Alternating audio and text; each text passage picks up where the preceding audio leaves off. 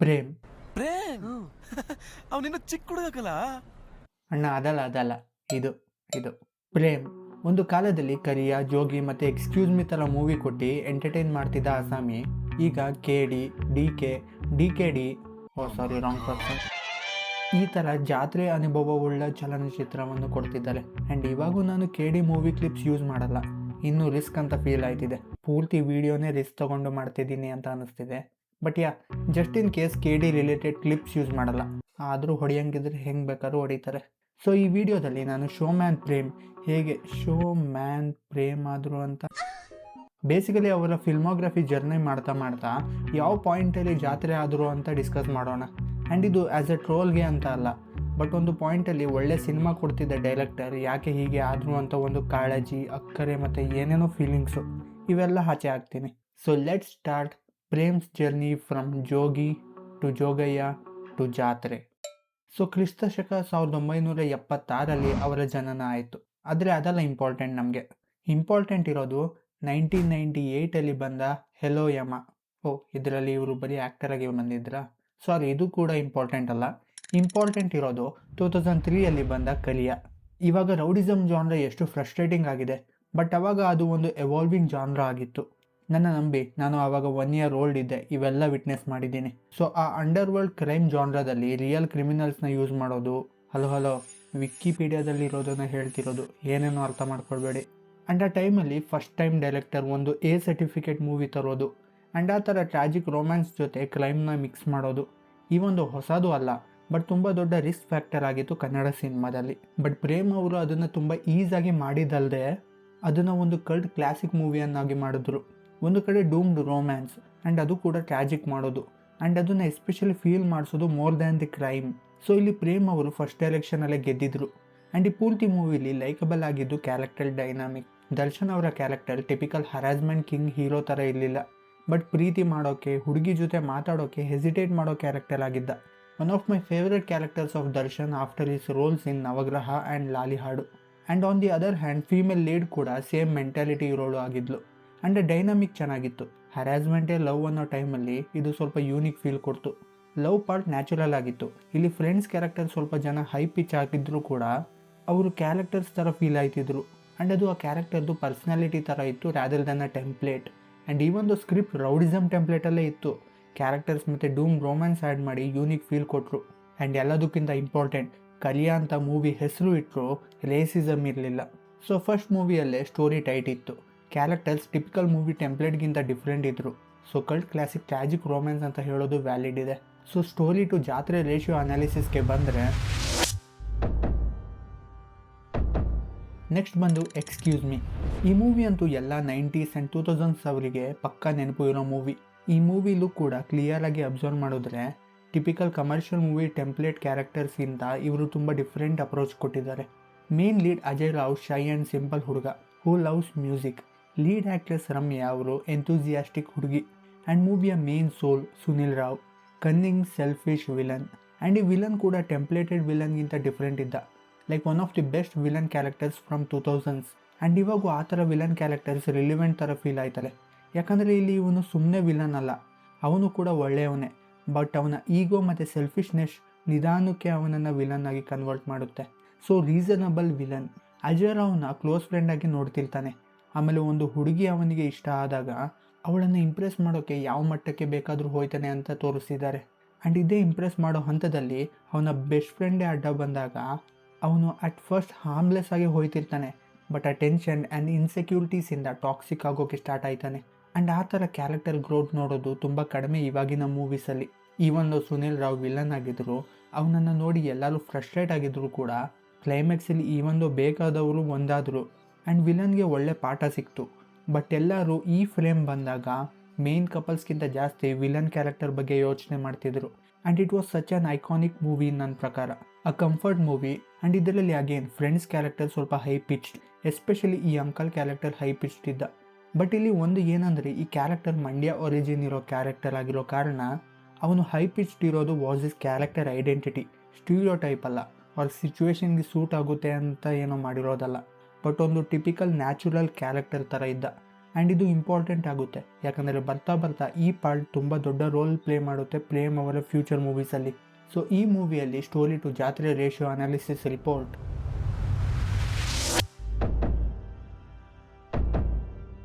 Next ಬಂದು ಜೋಗಿ. ಇದ್ರ ಬಗ್ಗೆ ಏನು ಹೇಳಬೇಕು ಹೇಳಿ. Iconic, cult classic, ever green, timeless. Kannada ಸಿನಿಮಾನ ಬೇರೆ ಇಂಡಸ್ಟ್ರಿ ಅವರು ಅರ್ಲಿ 2000s ನೋಡೋ ಹಾಗೆ ಮಾಡಿದ್ದು. ಇದ್ರ ಕ್ಯಾರೆಕ್ಟರ್ಸ್ ಅಗೇನ್ ಐಕಾನಿಕ್. ಇಲ್ಲಿವರೆಗೂ ಕೂಡ ಹೀರೋ ಹೀರೋಯಿನ್ ಮೀಟ್ ಆಗೋದು, ಲವ್ ಆಗೋದು ನ್ಯಾಚುರಲ್ ವೇ ಆ್ಯಂಡ್ ಗ್ರೌಂಡೆಡ್ ಆಗಿತ್ತು. ಲೀಡ್ ಆ್ಯಕ್ಟರ್ ಸೆನ್ಸೇಷನ್ ಸ್ಟೋರಿ ಬೇಕು ಅಂತ ಜೋಗಿನ ಮೀಟ್ ಮಾಡೋದು, ಜೋಗಿ ಅವರ ತಾಯಿಗೆ ಹೆಲ್ಪ್ ಮಾಡೋದು, ಇಬ್ಬರಿಗೂ ಲಿಂಕಿಂಗ್ ಪಾಯಿಂಟ್ ಇದ್ದಾಳೆ, ಬಟ್ ಆ ಲಿಂಕ್ ಅವರಿಗೆ ಅರ್ಥ ಆಗದೆ ಇರೋದು. ಲೈಕ್ ಮೂವಿ ಸ್ಟಾರ್ಟಿಂದ ಕ್ಲೈಮ್ಯಾಕ್ಸ್ ತನಕ ಜಸ್ಟ್ ಮಿಸ್ ಆದ್ರು ಕಣೋ, ಹೇಗೋ ಭೇಟಿ ಆಗಬೇಕಿತ್ತು ಅಂತ ಫೀಲ್ ಮಾಡಿಸೋದು. ಒಂದು ಕಡೆ ಕ್ರೈಮ್ ಆ್ಯಂಡ್ ಇನ್ನೊಂದು ಕಡೆ ತಾಯಿಯ ಹುಡುಕೋದು. Simply beautiful movie. ಇಲ್ಲಿ ಕ್ಯಾರೆಕ್ಟರ್ಸ್ಗಿಂತ ಜಾಸ್ತಿ ಆ ಸಿಚುವೇಶನ್ಸ್ ಕ್ರಿಯೇಟ್ ಆಗುತ್ತಲ್ಲ, ಅವರು ಆಲ್ಮೋಸ್ಟ್ ಮೀಟ್ ಆಯ್ತಾರೆ ಬಟ್ ಆಗಲ್ಲ, ಇಬ್ಬರು ಹೇಗೆ ಈಚ್ ಅದರ್ನ ಕಾಂಪ್ಲಿಮೆಂಟ್ ಮಾಡ್ತಿರ್ತಾರೆ, ಸಖತ್ ಬ್ಯೂಟಿಫುಲ್. ಇಲ್ಲಿ ಕ್ಯಾರೆಕ್ಟರ್ಸ್ ಅಗೇನ್ ಸ್ವಲ್ಪ ಹೈ ಪಿಚ್ ನೋಡ್ಬೋದು, ಬಟ್ ಇಲ್ಲಿ ತನಕನೂ ವ್ಯಾಲಿಡ್ ಆಗುತ್ತೆ. ಯಾಕಂದರೆ ಪ್ರೇಮ್ ಅವರು ಮಂಡ್ಯ ಅವರು, ಆ್ಯಂಡ್ ಮಂಡ್ಯ ಜನತೆ ಐಡೆಂಟಿಟಿನೇ straightforward and carefree tone ಇರೋದು. ಆ್ಯಂಡ್ ಇಲ್ಲಿ ತನಕ ಯಾಕೆ ವ್ಯಾಲಿಡ್ ಅನ್ನೋದು ಅಂದರೆ ಅವರು ಎಲ್ಲ ಕ್ಯಾರೆಕ್ಟರ್ಸ್ನೂ ಹೈ ಪಿಚ್ ಮಾಡಿಲ್ಲ, ಸ್ಪೆಸಿಫಿಕ್ ಕ್ಯಾರೆಕ್ಟರ್ಸ್ನ ಮಾತ್ರ ಹೈ ಪಿಚ್ ಮಾಡಿದರು. ಆ್ಯಂಡ್ ಆ ಸ್ಪೆಸಿಫಿಕ್ ಕ್ಯಾರೆಕ್ಟರ್ ಹೈ ಪಿಚ್ಡ್ ಇರೋದು ಅವ್ರ ಕೆಲವು ಕ್ಯಾರೆಕ್ಟರ್ಸ್ ಲೋ ಪಿಚ್ಡ್ ಇರೋದು ವ್ಯಾಲಿಡ್ ಆಗುತ್ತೆ. ಅವರ ಕ್ಯಾರೆಕ್ಟರ್ ಒರಿಜಿನ್ ಸ್ಟೋರಿ ಎಲ್ಲದಕ್ಕೂ ಕೂಡ. ಲೈಕ್ ಎಕ್ಸ್ಕ್ಯೂಸ್ ಮೀಲಿ ಸುನೀಲ್ ಮತ್ತು ಅಜಯ್ ರಾವ್ ಕ್ಯಾರೆಕ್ಟರ್ ಚಿಕ್ಕ ವಯಸ್ಸಿಂದ ಹೇಗೆ ಅಂತ ತೋರಿಸಿದ್ರು, ಆ್ಯಂಡ್ ಅದು ಕನ್ಸಿಸ್ಟೆಂಟ್ ಆಗಿತ್ತು through out the movie. And ಇಲ್ಲಿ ಕೂಡ ಸೇಮ್ ಮೂಮೆಂಟಮ್ ಇಟ್ಟಿದ್ರು. ನಾಟ್ ಲೈಕ್ ಕೆಲವು ಮೂಮೆಂಟಲ್ಲಿ ಜೋಗಿನೂ ಹೈ ಪಿಚ್ ಆಗೋದಾ, ಅವರಲ್ಲಿ ಸಜಯ್ ಕೂಡ ಸಡನ್ನಾಗಿ ವೈಲೆಂಟ್ ಆಗೋದಾ ಅಂತ. ಆ ಥರ ಏನೂ ಇಲ್ಲ. ಕ್ಯಾರೆಕ್ಟರ್ ಯಾವ ಪರ್ಸ್ನಾಲಿಟಿ ಇತ್ತೋ ಅದೇ ಥ್ರೂ ಔಟ್ ದ ಮೂವಿ ನೋಡ್ತೀವಿ. ಸಿಚುವೇಶನ್ಗೆ ಚೇಂಜ್ ಆಗಲ್ಲ, ಚೇಂಜ್ ಆದರೂ ಆ ಟ್ರಾನ್ಸಿಷನ್ ಅಂಡರ್ಸ್ಟ್ಯಾಂಡಬಲ್ ಆಗಿತ್ತು. ಆ್ಯಂಡ್ ಜೋಗಿ ಬಗ್ಗೆ ಹೇಳಬೇಕು ಅಂದರೆ ಹೇಳ್ಕೊಂಡು ಹೋಗ್ತೀನಿ. ಐ ಥಿಂಕ್ ಎಲ್ಲರಿಗೂ ಗೊತ್ತು ಇದು ಎಂಥ ಸಂಪತ್ತು ಅಂತ, ಸೊ ಜಾಸ್ತಿ ಹೇಳಲ್ಲ. ಆ್ಯಂಡ್ ಸ್ಟೋರಿ ಟು ಜಾತ್ರೆ ರೇಷಿಯೋ ಅನಾಲಿಸಿಸ್ ರಿಪೋರ್ಟ್.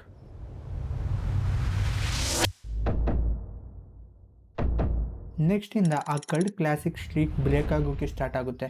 ಯಾಕಂದರೆ ನೆಕ್ಸ್ಟ್ ಪ್ರೇಮ್ ಅವರು ನಾನು ಆ್ಯಕ್ಟಿಂಗ್ ಮಾಡ್ತೀನಿ ಅಂತ ಫೀಲ್ಡ್ಗೆ ಇಳ್ದಿರೋ ಟೈಮ್ ಇದು. ಇಲ್ಲಿ ಫೀಲ್ಡ್ಗೆ ಇಳ್ದಿರೋದು ಅಲ್ಲ ಪ್ರಾಬ್ಲಮ್ಮು, ಆ್ಯಕ್ಟಿಂಗ್ ಮಾಡಬೇಕು ಅನ್ನೋ ಆಸೆಯಲ್ಲಿ ಸ್ಕ್ರಿಪ್ಟ್ ಮೇಲೆ ಜಾಸ್ತಿ ಕಾನ್ಸಂಟ್ರೇಟೇ ಮಾಡಿಲ್ಲ. ಇಲ್ಲಿ ಕ್ಲಿಯರಾಗಿ ನೋಡಿದ್ರೆ ಅವರ ಪ್ರೀವಿಯಸ್ ಮೂವಿಯಲ್ಲಿ ವರ್ಕ್ ಆಗಿದ್ದ ಟೆಂಪ್ಲೇಟ್ನ ಇವರು ಈ ಮೂವಿಲಿ ರೀಯೂಸ್ ಮಾಡಿದ್ದಾರೆ. ಜೋಗಿಲಿ ಇರೋ ತಾಯಿ ಮಗನ ಸೆಂಟಿಮೆಂಟ್, ಎಕ್ಸ್ಕ್ಯೂಸ್ ಮೀಲಿ ಇರೋ ಡೆಸ್ಟಿನಿ, ಲವ್ವರ್ನ ಮೀಟ್ ಆಗೋ ಹಂಬಲ, ಅದೇ ಫಿಲಮ್ದು ಲವ್ ಟ್ರಯಾಂಗಲ್ ಟೆಂಪ್ಲೇಟ್. ಈವನ್ ರೋಡಿಗಿಲಿ ರಾಧಿಕಾ ಟೈಪ್ದೆ ಮಗಳು ದೊಡ್ಡವಳಾದ್ಲು ಸಾಂಗು. ಆ್ಯಂಡ್ ಈವನ್ ಟೆಂಪ್ಲೇಟ್ದು ಸಾಂಗ್ ಜೋಗಿಲೂ ನೋಡಿದ್ದೀವಿ. ಸಾಂಗ್ ಚೆನ್ನಾಗಿಲ್ಲ ಅಂತ ಅಲ್ಲ, ಬಟ್ ಅಬ್ಸರ್ವ್ ಮಾಡಿ ದಟ್ ಫಸ್ಟ್ ಮೂವಿಲಿ ಏನು ವರ್ಕ್ ಆಯಿತೋ ಅದನ್ನು ಸೆಕೆಂಡ್ ಮೂವಿಲಿ ಯೂಸ್ ಮಾಡಿದ್ದಾರೆ. ಅದರಲ್ಲಿ ವರ್ಕ್ ಆಗಿದ್ದು ನೆಕ್ಸ್ಟಲ್ಲಿ. ಆ್ಯಂಡ್ ಕೆಲವು ಮೂಮೆಂಟ್ಸ್ ಯೂಸ್ ಮಾಡೋದು ವ್ಯಾಲಿಡ್ ಇದೆ, ಆ್ಯಂಡ್ ಡೈರೆಕ್ಟರ್ ಐಡೆಂಟಿಟಿ ಅದರಲ್ಲೇ ಅರ್ಥ ಆಗೋದು. ಬಟ್ ಅದು ಜೋಗಿ ತನಕ ಆಬ್ವಿಯಸ್ ಆಗಿಲ್ಲ ಅಷ್ಟೇ. ಬಟ್ ಇಲ್ಲಿ ಸ್ಕ್ರಿಪ್ಟ್ ತುಂಬ ವೀಕ್ ಆಗಿದ್ದ ಕಾರಣ ಗೊತ್ತಾಗುತ್ತೆ ದಟ್ ತುಂಬ ಪ್ರೂವನ್ ಎಲಿಮೆಂಟ್ಸ್ನ ರೀಹ್ಯಾಶ್ ಮಾಡಿ ಯೂಸ್ ಮಾಡಿದ್ದಾರೆ ಅಂತ. ಆ್ಯಂಡ್ ಈ ಮೂವಿಲಿ ಪ್ರೇಮ್ ಮೇನ್ ಲೀಡ್ ಆಗೋ ಬರದಲ್ಲಿ ಸ್ಟೋರಿ ಕಾಂಪ್ರಮೈಸ್ ಮಾಡೋಕ್ಕೆ ಸ್ಟಾರ್ಟ್ ಮಾಡಿದ್ರು. ಆ್ಯಂಡ್ ಅದಕ್ಕೆ ಈ ಮೂವಿ ಬರ್ತಾ ಬರ್ತಾ ಪ್ರೀಚಿ ಫೀಲ್ ಆಗುತ್ತೆ. ಲವ್ ಅನ್ನೋದು ಡಿವೈನ್, ಅದೇ ಸರ್ವಶ್ರೇಷ್ಠ ಅಂತ ಹೇಳೋದು. ಇದು ಒಂದು ಕ್ಯಾಟಗರಿ ಆಫ್ ಆಡಿಯನ್ಸ್ಗೆ ಇಷ್ಟ ಆಗುತ್ತೆ. ಬಟ್ ಇನ್ನೊಂದು ಕಡೆ ತುಂಬ ಸೂಪರ್ಫಿಷಿಯಲ್ ಹೋದರು ಅನ್ನೋ ರೀತಿ ಆಗುತ್ತೆ. ಲವ್ ಡಿವೈನ್ ಅಂತ ಮೂವಿಲಿ ವಿಜುವಲಿ ಫೀಲ್ ಮಾಡಿಸೋ ಬದಲು ಲವ್ ಡಿವೈನ್ ಅಂತ ಬಾಯಿಂದ ಹೇಳೋಕ್ಕೆ ಸ್ಟಾರ್ಟ್ ಮಾಡಿದ್ರು ಅಷ್ಟೇ. ಆ್ಯಂಡ್ ಇವಾಗ ಮೂವಿ ಸಾಂಗ್ಸಿಂದ ಎಲ್ಲರಿಗೂ ನೆನಪಿದೆ, ಮೇನ್ಲಿ ಮಲ್ಲಿಕಾ ಶರಾವತಿಯಿಂದ ಎಲ್ಲರಿಗೂ ನೆನಪಿದೆ ಅಷ್ಟೇ. ಆ್ಯಂಡ್ ಈ ಮೂವಿ ಪ್ರಮೋಷನ್ ಟೈಮಲ್ಲೂ ನೋಡಿದ್ರೆ, ಈ ಪೋಸ್ಟರ್ಸ್ ನೋಡಿದ್ರೆ ನೀವು ಮಲ್ಲಿಕಾ ಶರಾವತ್ನೇ ಮೇನ್ ಫೋಕಸ್ ಆಗಿ ನೋಡ್ತೀರ. ಬಟ್ ಇಲ್ಲಿ ಯೂಶ್ವಲ್ ಟೆಂಪ್ಲೇಟಲ್ಲಿ ಮೂವಿ ಮಾಡ್ತಿದ್ರು, ಅದರಲ್ಲಿ emotional angle, character arc progress ಚೆನ್ನಾಗಿ ತೋರಿಸ್ತಿದ್ದ ಪ್ರೇಮ್ ಇಲ್ಲಿ ಎಡವೋದಕ್ಕೆ ಸ್ಟಾರ್ಟ್ ಮಾಡಿದ್ರು. ಆ್ಯಂಡ್ ಇದನ್ನೇ ಫರ್ದರ್ ಮೂವೀಸಲ್ಲೂ ನೋಡ್ತೀರಾ. ಬಟ್ ಈ ಮೂವಿಯ ವರ್ಡಿಕ್ಟ್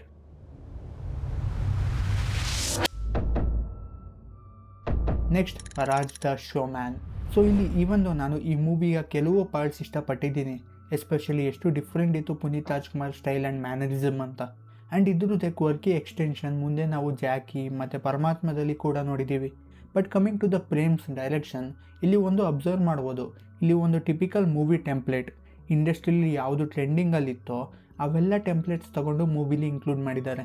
ಇಲ್ಲಿ ಪ್ರೇಮ್ ಗ್ರೌಂಡೆಡಿಂದ ಸ್ವಲ್ಪ ಅನ್ರಿಯಲಿಸ್ಟಿಕ್ ಟೆರಿಟರಿಗೆ ಹೋಗೋಕ್ಕೆ ಸ್ಟಾರ್ಟ್ ಮಾಡಿದ್ರು. Like first thing is a love story. ಈ ಒಂದು ಬರ್ತಾ ಬರ್ತಾ ನ್ಯಾಚುರಲ್ ಆಗಿದ್ರು, ಅದ್ರ initial part and treatment unnecessarily high pitched ಆಗಿತ್ತು. ಆ್ಯಕ್ಟರ್ ಆಗಬೇಕು ಅಂತ ಬಂದಿರೋ ಹುಡುಗನ ಕಥೆಯಿಂದ ಜಾಸ್ತಿ ಲವ್ ಸ್ಟೋರಿಗೆ ಲೀನಿನ್ ಆಗೋಕ್ಕೆ ಸ್ಟಾರ್ಟ್ ಆಯಿತು. ಸಾಂಗ್ಸ್ ಐಕಾನಿಕ್ ಇದ್ರೂ ಕೂಡ ಅದ್ರ ಸಿಚುವೇಶನ್ ಕಂಪ್ಲೀಟ್ಲಿ ಇರ್ರೆಲೆವೆಂಟ್ ಆಗಿತ್ತು. ಸ್ಟೈಲ್ ಮೋರ್ ದ್ಯಾನ್ ಸಬ್ಸ್ಟೆನ್ಸ್ ಅನ್ನೋ ರೀತಿ ಆಗಿತ್ತು. ಆ್ಯಂಡ್ ಇಲ್ಲಿಂದ ಆ ವೆಸ್ಟರ್ನ್ ಕಾನ್ಸೆಪ್ಟ್ನ ಇಂಡಿಯನ್ ವೇಲಿ ತರೋಕೆ ಹೋಗಿ ಎಡುವುದಕ್ಕೆ ಸ್ಟಾರ್ಟ್ ಮಾಡಿದ್ರು. ಜೋಗಿ ಆ್ಯಂಡ್ ಅದಕ್ಕಿಂತ ಮುಂಚಿನ ಮೂವೀಸಲ್ಲಿ ಫಿಲ್ಲರ್ ಸೀನ್ಸ್ ಇದ್ದರೂ ಕೂಡ ಮೇನ್ ಪ್ಲಾಟಿಂದ ತುಂಬ ಜಾಸ್ತಿ ಡಿಸ್ಟ್ರಾಕ್ಟ್ ಆಗಿರಲಿಲ್ಲ.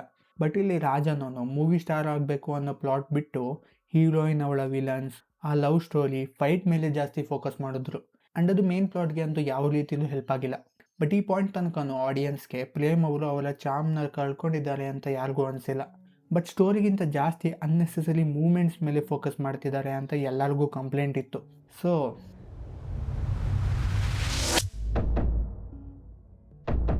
ಆ್ಯಂಡ್ ಈ ಪಾಯಿಂಟಲ್ಲಿ ಒಳ್ಳೆ ಕಾಲ್ ಬ್ಯಾಕ್ ಇರೋ ಮೂವಿ ಮಾಡಿದ್ರೆ ಸೇಫ್ ಅನ್ನೋ ರೀತಿ ಇತ್ತು. ಆ್ಯಂಡ್ ಅದೇ ಪಾಯಿಂಟಲ್ಲಿ ಬಂದಿದ್ದು ಜೋಗಯ್ಯ.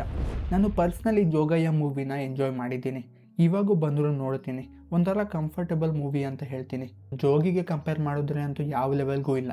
ಬಟ್ ಒಂದು ನನಗೆ ಇಷ್ಟ ಆಗಿದ್ದು ಏನಂದರೆ ಈ ಮೂವಿಲಿ ಒಂದು ಲೆವೆಲ್ಗಂತೂ ಕಂಟಿನ್ಯೂಟಿ ಮೇಂಟೈನ್ ಮಾಡಿದ್ದಾರೆ. ಸ್ವಲ್ಪ ಗಾಡ್ ಫಾದರ್ ಟೈಪ್ ಏನೋ ಟ್ರೈ ಮಾಡೋಕ್ಕೆ ಹೋಗಿದ್ದಾರೆ ಅಂತ ಅರ್ಥ ಆಗುತ್ತೆ. ಸೊ ಜೋಗಯ್ಯ ಒಳ್ಳೆ ಸೀಕ್ವಲ್ಲ? ಖಂಡಿತ ಅಲ್ಲ.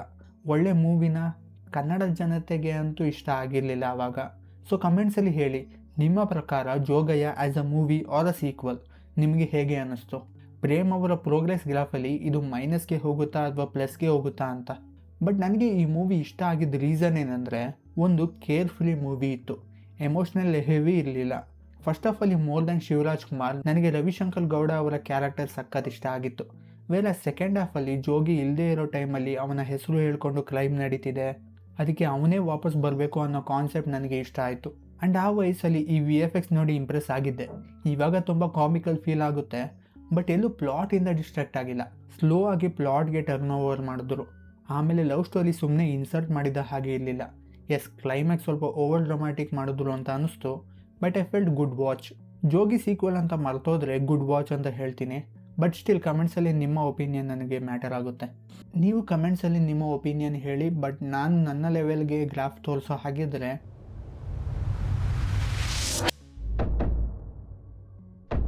ನೆಕ್ಸ್ಟ್ ಮತ್ತೆ ಡೈರೆಕ್ಟರಿಗೆ ಬೈಸ್ಕೊಂಡ್ರು ಅಂತ ಮತ್ತೆ ಹೀರೋ ಆಗೋಕ್ಕೆ ಹೋದರು. ಪ್ರೇಮ್ ಅಡ್ಡ ಹೇಗಿದ್ರು ತಮಿಳ್ ಮೂವಿ ರೀಮೇಕ್, ಆ್ಯಂಡ್ ಇದರಲ್ಲಿ ಇವರು ಜಸ್ಟ್ ಆ್ಯಕ್ಟರ್. ಸೊ ಇದನ್ನು ಕನ್ಸಿಡರ್ ಮಾಡೋದು waste of time. Next DK ಮತ್ತು ದಾಸವಾಳ, ಈ ಮೂವಿನ ನೋಡೋದೇ waste of time. Again director ಆಗಿಲ್ಲ, ಸೊ ಹೇಳಲ್ಲ, ಹೇಳೋಕ್ಕೆ ಧೈರ್ಯ ಕೂಡ ಇಲ್ಲ. ಆ್ಯಂಡ್ ಇವೆಲ್ಲ ಮುಗಿದ್ಮೇಲೆ ಆಲ್ಮೋಸ್ಟ್ 7 ವರ್ಷ ಆದಮೇಲೆ ಮತ್ತೆ ಡೈರೆಕ್ಟರ್ ಆಗಿ ಪ್ರೇಮ್ ಅವರು ಬಂದರು. ಆ್ಯಂಡ್ ಅದು one of the biggest Kannada movie ತಗೊಂಡು ಬಂದು ದ ವಿಲನ್. ಇದ್ರ ರಿಸೆಪ್ಷನ್ ಅಂತೂ ಎಲ್ಲರಿಗೂ ಗೊತ್ತು. ರಿಲೀಸ್ ಆಗೋಕ್ಕಿಂತ ಮುಂಚೆ ಹೈಪ್ಗಿಂತ ಜಾಸ್ತಿ fan war controversies, movie release ಆದಮೇಲೆ ಮೂವಿ ಯಾಕೆ ಮಾಡೋದಿಲ್ಲ ಅಂತ ಕಾಂಟ್ರವರ್ಸಿ. ಆ್ಯಂಡ್ ಈ ಮೂವಿಲಿ ಎಲ್ಲ ಲೆವೆಲ್ ಪ್ರಾಬ್ಲಮ್ ಇದೆ. ಅನ್ನೆಸೆಸರಿ ಲೌಡ್ ಆಗೋದು, ಅದೇ ತಾಯಿ ಮಗ ಸೆಂಟಿಮೆಂಟ್, ಅದಕ್ಕಿಂತ ಜಾಸ್ತಿ ಫ್ರಸ್ಟ್ರೇಟಿಂಗ್ ಆ ತಾಯಿ ವಾಯ್ಸ್ ಡಬ್ಬಿಂಗ್ ಮ್ಯಾಚ್ ಆಗದೆ ಇರೋದು, ರಕ್ಷಿತಾ ಅವರು ಹೀರೋಯಿನ್ಗೆ ವಾಯ್ಸ್ ಕೊಡೋದು, ಎಲ್ಲಿಗೆಲ್ಲಿಗೂ ಸಂಬಂಧ ಇಲ್ಲ. ಅಗೇನ್ ಎಷ್ಟೊಂದು ಪಾರ್ಟ್ಸ್ ಆಫ್ ಮೂವಿ ಹಾಲಿವುಡ್ ಪ್ಲಾಟ್ಸಿಂದ ಸ್ವಲ್ಪ ತಗೊಂಡು ಮಿಕ್ಸ್ಚರ್ ಹಾಕಿ ಮಾಡಿರೋ ರೀತಿ ಇದೆ. ಜಸ್ಟ್ ಲೈಕ್ ಜಾತ್ರೆ ಮಾಡೋದು. ಓ ವೇಟ್, ಇಲ್ಲೇ ಪ್ರೇಮ್ ಅವರು ಪ್ರದರ್ಶನ ಕೊಟ್ಟಿದ್ದು. ರಾಜ್ದ ಶೋಮ್ಯಾನಲ್ಲಿ ಕೂಡ ಟೆನ್ಸ್ ಟು ಜಾತ್ರೆ ಇತ್ತು, ಆದರೆ ಅದು ಮೋಸ್ಟ್ಲಿ ಜಸ್ಟ್ ಕ್ರಿಂಜ್ ಕ್ಯಾಟಗರಿಲಿ ಇತ್ತು. ಈ ಮೂವಿಲಿ ಜಾತ್ರೆ ಕ್ರಿಂಜ್ ಆರಂಭ ಆಗಿತ್ತು. ಆ್ಯಂಡ್ ಇದ್ರೂ ಇನ್ಸ್ಪಿರೇಷನ್ ಪಕ್ಕ DK ಮತ್ತು ದಾಸವಾಳ ಮಾಡೋ ಟೈಮಲ್ಲೇ ಆಗಿದ್ದು. ಸೊ ಪ್ಲಾಟಿಂದ ಡಿಸ್ಟ್ರಾಕ್ಟ್ ಆಗೋ ಪಾರ್ಟ್ ರಾಜ್ಯದ ಶೋಮ್ಯಾನಿಂದನೇ ಸ್ಟಾರ್ಟ್ ಆಗಿತ್ತು. ಎಮೋಷ್ನಲ್ ಪ್ರೀಚಿನೆಸ್ ಆಲ್ರೆಡಿ ಪ್ರೀತಿ ಯಾಕೆ ಭೂಮಿ ಮೇಲಿದೆ ಮೂವಿ ಇಲ್ಲೇ ಇತ್ತು. ಇಲ್ಲಿ ಅಲ್ಟಿಮೇಟ್ ಜಾತ್ರೆ ಇದ್ದಿದ್ದು. ಲೈಕ್ ಪ್ರೇಮ್ ಅವರು ಮೈಂಡಲ್ಲಿ ಸ್ಟೋರಿ ಲೇಟಾಗಿ ಬಂತು. ಮೊದಲು ಮಲ್ಟಿ ಸ್ಟಾರ್ ಲೆವೆಲ್ ಮೂವಿ ಮಾಡಬೇಕು ಅಂತ ಮೈಂಡಲ್ಲಿ ಬಂತು. ಆಮೇಲೆ ಕಿಚ್ಚ ಸುದೀಪ್ ಮತ್ತು ಶಿವರಾಜ್ ಕುಮಾರ್ ಇಟ್ಕೊಂಡು ಮಾಡಬೇಕು ಅಂತ ಬಂತು. ಆಮೇಲೆ ಇಬ್ಬರು ಮಧ್ಯೆ ಫೈಟಿಂಗ್ ಇಡಬೇಕು ಅಂತ ಬಂತು.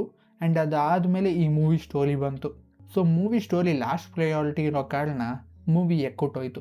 ನಾನು ಏನು ಸ್ಟೋರಿ ಹೇಳಬೇಕು ಅನ್ನೋದಕ್ಕಿಂತ ಜನಕ್ಕೆ ಈ ಮೂಮೆಂಟಲ್ಲಿ ಏನು ಇಷ್ಟ ಆಗ್ಬೋದು ಅಂತ ಅಸ್ಯೂಮ್ ಮಾಡಿಕೊಂಡು ಮೂವಿ ಮಾಡಿದ ಹಾಗಿದೆ. ಆ್ಯಂಡ್ ಅಲ್ಲೇ ಸಿಗಾಕೊಂಡಿರೋದು ಇವರು.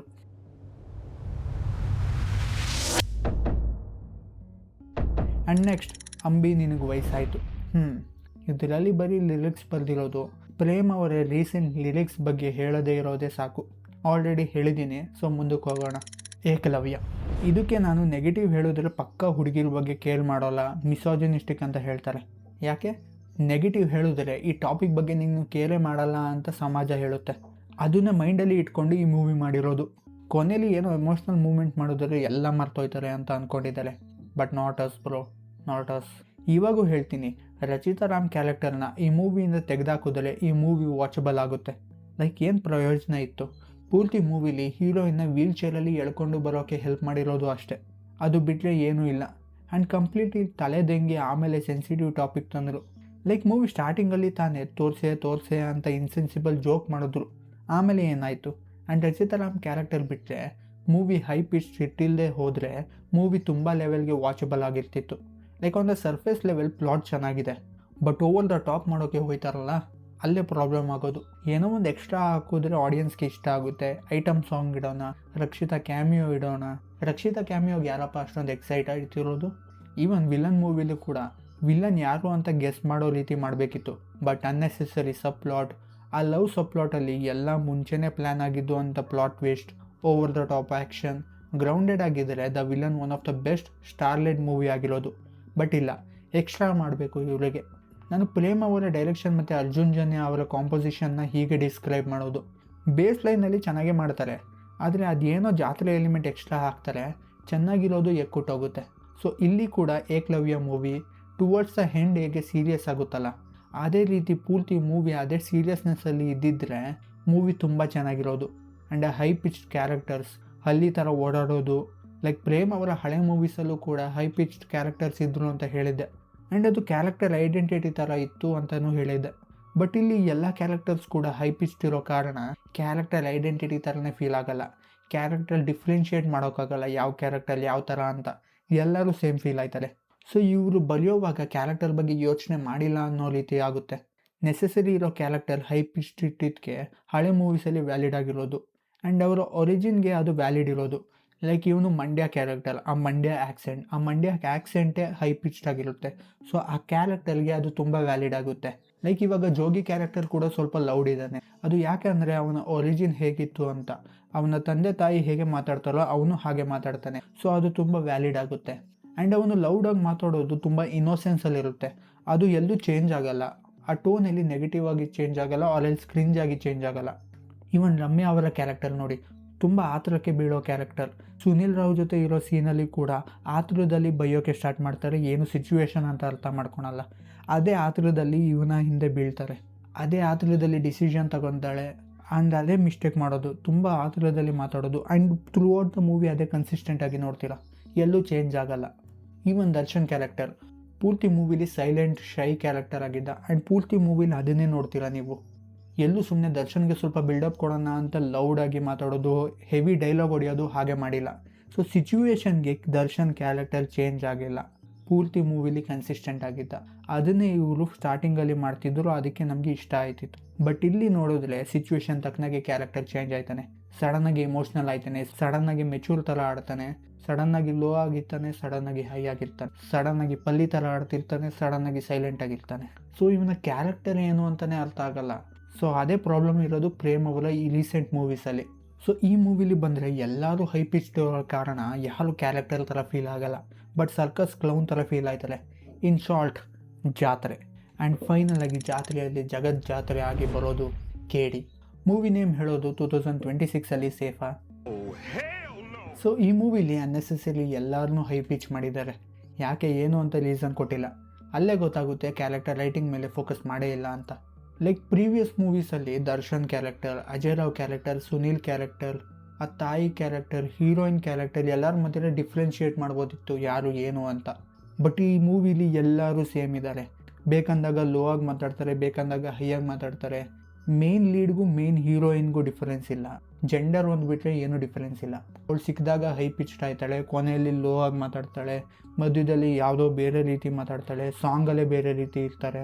ಹೀರೋನು ಹಂಗೆ, ಸ್ಟಾರ್ಟಿಂಗ್ ಸಾಫ್ಟ್ ಸ್ಪೋಕನ್ ಥರ ತೋರಿಸ್ತಾರೆ, ಕೊನೆ ಅಷ್ಟಕ್ಕೆ ಬಿಟ್ಬಿಡಲ್ಲ ಅಂತ ಅಂತಾನೆ, ತಲೆ ಕೆಟ್ಟೋಯ್ತದೆ ಹಂಗೆ. ಸೊ ಇಲ್ಲಿ ಕೂಡ ಪ್ರೇಮ್ ಅವರು ಏನು ಸ್ಟೋರಿ ಹೇಳಬೇಕು ಅನ್ನೋದಕ್ಕಿಂತ ಜಾಸ್ತಿ ಜನಕ್ಕೆ ಈ ಪಾಯಿಂಟಲ್ಲಿ ಏನು ಇಷ್ಟ ಆಯ್ತಿದೆ, KGF ಮತ್ತು ಪುಷ್ಪನ ಓಕೆ ಇವಾಗಲೇ ಇವದೊಪ್ಪು ಮಾಡಿ ಹಾಕ್ತೀನಿ ಅಂತ ಮಾಡಿದ್ರು. ಆ ಬೇಸ್ ಲೈನಲ್ಲಿ ಸ್ಟೋರಿ ಮಾಡ್ತಾರೆ, ಜಾತ್ರೆ ಎಲಿಮೆಂಟ್ಸ್ ಹಾಕಿ ಹಾಳು ಮಾಡ್ತಾರೆ. ಸಿಂಪಲಾಗಿ ಎಕ್ಸಿಕ್ಯೂಟ್ ಮಾಡ್ಬೋದಾಗಿರೋ ಸೀನ್ಸ್ನ ಬೇಕು ಅಂತ ಹೈ ಪಿಚ್ ಮಾಡಿದ್ದಾರೆ. ಲೈಕ್ ಪ್ರೇಮ್ ಅವರು ಮುಂಚೆ ಕ್ಯಾರೆಕ್ಟರ್ಸ್ನ ಯೋಚನೆ ಮಾಡಿ ಬರೀತಿದ್ರು. ಮೂವಿ ನೋಡಿದಾಗ ಅನಿಸೋದು ಸ್ಟೋರಿ ಫಸ್ಟ್ ಬರೋದ್ರು, ಕ್ಯಾರೆಕ್ಟರ್ಸ್ ಆರ್ಗ್ಯಾನಿಕ್ ಆಗಿ ಗ್ರೋ ಆದರು ಅಂತ. ಆ್ಯಂಡ್ ಆಮೇಲೆ ಮೇನ್ ಪ್ಲಾಟಿಂದ ಡಿಸ್ಟ್ರಾಕ್ಟ್ ಆಗೋಕ್ಕೆ ಸ್ಟಾರ್ಟ್ ಮಾಡಿದ್ರು. ಸೊ ಪ್ರೇಮ್ ಅವರು ಕ್ಯಾಲ್ಕುಲೇಟಿವ್ ಕ್ಯಾರೆಕ್ಟರ್ ರೈಟಿಂಗ್ ಮಾಡೋದ್ರಿಂದ ಸ್ಟಾರ್ಟ್ ಮಾಡಿ ಕ್ಯಾರೆಕ್ಟರ್ಗಿಂತ ಜಾಸ್ತಿ ಯಾವ ಆ್ಯಕ್ಟರ್ ಇಟ್ಟರೆ ಸೆಲ್ ಆಗುತ್ತೆ ಅಂತ ಯೋಚನೆ ಮಾಡೋ ಹಂತಕ್ಕೆ ಬಂದಿದ್ದಾರೆ. ಹೈ ಪಿಚ್ಡ್ ಕ್ಯಾರೆಕ್ಟರ್ಸಿಂದ ಆ ಸ್ಪೆಸಿಫಿಕ್ ಕ್ಯಾರೆಕ್ಟರ್ ಯಾವ ಥರ ಅಂತ ಅರ್ಥ ಮಾಡಿಸ್ತಿದ್ರು. ಇವಾಗ ಬರೀ ಹೈ ಪಿಚ್ಡ್ ಕ್ಯಾರೆಕ್ಟರ್ಸ್ ಇಟ್ಟು ಮೂವಿ ಯಾವ ಟೋನಲ್ಲಿದೆ ಅಂತ ಅರ್ಥ ಮಾಡಿಸ್ತಿದ್ದಾರೆ. ಮೇನ್ ಪ್ಲಾಟಿಂದ ಜಾಸ್ತಿ ಡೈವರ್ಟ್ ಆಯ್ತಿದ್ದಾರೆ. ಮೇನ್ ಪ್ಲಾಟ್ ಸ್ಟ್ರಾಂಗ್ ಇಲ್ಲ ಅಂತ ಸಬ್ ಪ್ಲಾಟ್ಸ್ ಹಾಕಿ ಇಂಪ್ರೆಸ್ ಮಾಡೋಕ್ಕೆ ಟ್ರೈ ಮಾಡ್ತಿದ್ದಾರೆ. ಆವಾಗ ಲಿರಿಕ್ಸಲ್ಲಿ ಮೂಢನಂಬಿಕೆ ನಂಬಬಾರದು ಅಂತ ಎಷ್ಟು ಚೆನ್ನಾಗಿ ಹೇಳ್ತಿದ್ದವರು ಇವಾಗ ಸರ್ಸು ನಿನ್ನ ಸೆರಗ ಸರ್ಸು ಅಂತ ನರ್ಸರಿ ಲೈಮ್ ಮಾಡ್ತಿದ್ದಾರೆ. ಸೊ ಫಸ್ಟಿಂದ ಬ್ಯಾಡ್ ಡೈರೆಕ್ಟರ್ಸ್ ಆಗಿದ್ದರೆ ಏನೋ ಹೇಳ್ಬೋದಿತ್ತು. ಆರ್ ಚಂದ್ರು ಮತ್ತು AP ಅರ್ಜುನ್ ಥರ ಡೀಸೆಂಟ್ ಡೈರೆಕ್ಟರ್ಸ್ ಬ್ಯಾಡ್ ಫಿಲಮ್ ಕೊಟ್ಟರು ಅಂದರೆ ಒಂದು ರೀತಿಯಲ್ಲಿ ಅರ್ಥ ಮಾಡ್ಕೊಬೋದು. ಆದರೆ Prem Kannada cinema remake wood ಆಗಿದ್ದಾಗ 2000ಸಲ್ಲಿ ಯೋಗರಾಜ್ ಭಟ್, ಪ್ರೀತಮ್ ಗುಬ್ಬಿ, ದುನಿಯಾ ಸೂರ್ಯ ಅವರ ಕ್ಯಾಟಗರಿಯಲ್ಲಿ ಯೂನಿಕ್ ಮೂವೀಸ್ ಕೊಟ್ಟಿದ್ದವರು. ಇಂಡಸ್ಟ್ರಿ ಹಿಟ್ ಮೂವೀಸ್ ಕೊಡ್ತಿದ್ದವರು. ಬೇರೆ ಸಿನಿಮಾ ಅವರು ನಮ್ಮ ಸಿನಿಮಾನ ರೀಮೇಕ್ ಮಾಡೋ ರೀತಿ ಮಾಡಿದವರು. ಇವಾಗ ಈ ಲೆವೆಲ್ ಮೂವಿ ಕೊಟ್ಟಿದ್ದಾರೆ ಅಂದರೆ ಡಿಸಪಾಯಿಂಟ್ ಆಗೇ ಆಗುತ್ತೆ. ಸೊ ನಿಮಗೆ ಈ ಪ್ರೇಮ್ ಅವರ ಡೈರೆಕ್ಷನ್ ಲೆಸ್ ಆಯ್ತಿರೋದು ನೋಡಿದ್ರೆ ಹೇಗೆ ಅನಿಸುತ್ತೆ ಅಂತ ಕಮೆಂಟ್ಸಲ್ಲಿ ಹೇಳಿ. ಮುಂದಿನ ವಿಡಿಯೋದಲ್ಲಿ ಸಿಗೋಣ. ಟಾಟಾ.